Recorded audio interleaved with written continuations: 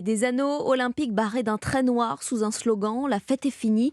Mobilisation d'une cinquantaine de personnes hier en Seine-Saint-Denis, opposées à l'organisation des Jeux olympiques de 2024 à Paris. Le conseil d'administration doit justement acter aujourd'hui une hausse du budget, plus 10%. Axel May, l'inflation encore et toujours, mais pas seulement, hein.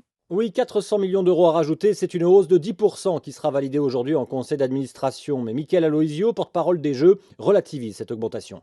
Pour nous, c'est un budget qui évolue dans des proportions modestes. On parle de 10%, dont une très grande partie est due à l'inflation. Donc, c'est effectivement pour nous la manière dont on abordera le sujet en conseil d'administration. L'inflation galopante est responsable pour moitié de cette hausse. L'autre moitié est due à des coûts mal évalués comme la masse salariale, la lutte antidopage et la sécurité.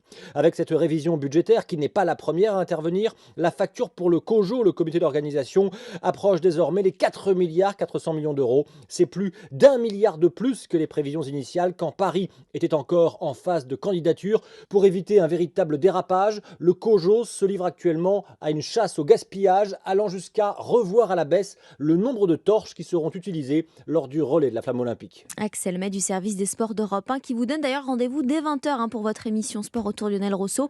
Au menu, bien sûr, ce décompte J-1 avant le début des quarts de finale de la Coupe du Monde de foot.